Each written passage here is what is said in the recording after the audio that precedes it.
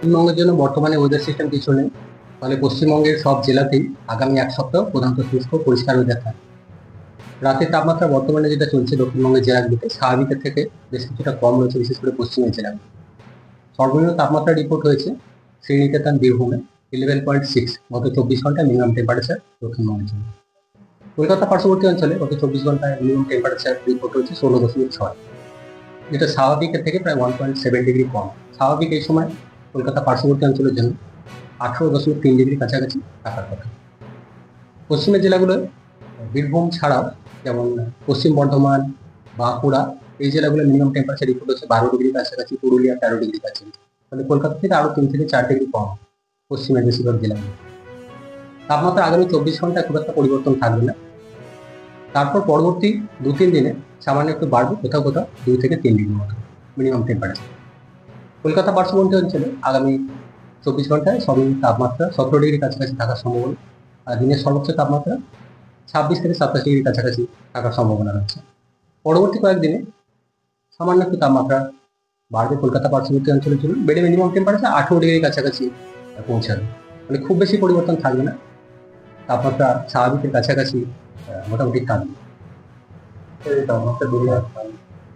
না, বর্তমানে যেটা রয়েছে স্বাভাবিকের থেকে একটু কম রয়েছে, যেটা বলা হলো কলকাতা পার্শ্ববর্তী অঞ্চলে 16.6 রিপোর্ট হয়েছে। স্বাভাবিক থাকার কথা 18.3 ডিগ্রি। সেখানে যেটুকু বাড়বে বলা হচ্ছে 2 থেকে 3 ডিগ্রি কোথাও কোথাও। কলকাতা পার্শ্ববর্তী অঞ্চলে মিনিমাম টেম্পারেচার আগামী 24 ঘন্টায় 17 ডিগ্রি কাছাকাছি, তারপর আরেকটু একটা সামান্য বেড়ে 18 ডিগ্রি কাছাকাছি। ফলে স্বাভাবিক এখন যেটা রয়েছে স্বাভাবিকের থেকে বেশ খানিকটা কম আছে। এটা আগামী 24 ঘন্টা চেঞ্জ নেই, পরবর্তী 2-3 দিন সামান্য একটু বেড়ে স্বাভাবিকের কাছাকাছি পৌঁছাবে। খুব বেশি তাপমাত্রা যে বেড়ে যাবে সেরকম না। এখন যেটা রয়েছে স্বাভাবিকের থেকে কম আছে, সেইটা বেড়ে স্বাভাবিকের কাছাকাছি চলে আসে। উত্তরবঙ্গের জন্য দার্জিলিং সর্বনিম্ন তাপমাত্রা রিপোর্ট হচ্ছে 6 ডিগ্রি কাছাকাছি, কালিম্পং 12 থেকে 13 ডিগ্রি কাছাকাছি রয়েছে, জলপাইগুড়ি, কোচবিহার, আলিপুরদুয়ার, দক্ষিণ দিনাজপুর এই জেলাগুলো 14 থেকে 15 ডিগ্রি কাছাকাছি মিনিমাম টেম্পারেচার রিপোর্ট হয়েছে গত 24 ঘন্টা, যেটা স্বাভাবিক এই সময় থাকে উত্তরবঙ্গের এই জেলাগুলো। উত্তরবঙ্গের উত্তরের জেলাগুলো তাপমাত্রা খুব একটা পরিবর্তন থাকবে না আগামী 4-5 দিন। উত্তরবঙ্গের দক্ষিণের জেলাগুলো সামান্য একটু তাপমাত্রা বাড়ার সম্ভাবনা থাকবে আগামী 3-4 দিন। খুব বেশি পরিবর্তন থাকবে না, শুষ্ক ওয়েদার উত্তরবঙ্গ জেলাগুলো খুব থাকবে। কোথাও সেরকম উল্লেখযোগ্য কিছু না, থাকলেও সেটা হালকা ধরনের দেওয়া যায় সকালের ভোরের দিকটা। খুব বেশি সেরকম কিছু ঘন কুয়াশা থাকার মতো এই মুহূর্তে নেই। সিস্টেম একটা যেটা বঙ্গোপসাগরে রয়েছে, দুটো সিস্টেম আছে।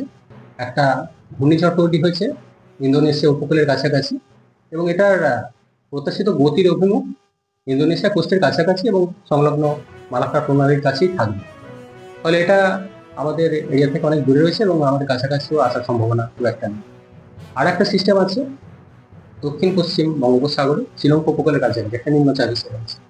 এটাও আগামী 24 ঘন্টায় ইন্টেন্সিটি বাড়ে একটা ডিপ্রেশনে পরিণত হওয়ার সম্ভাবনা থাকবে।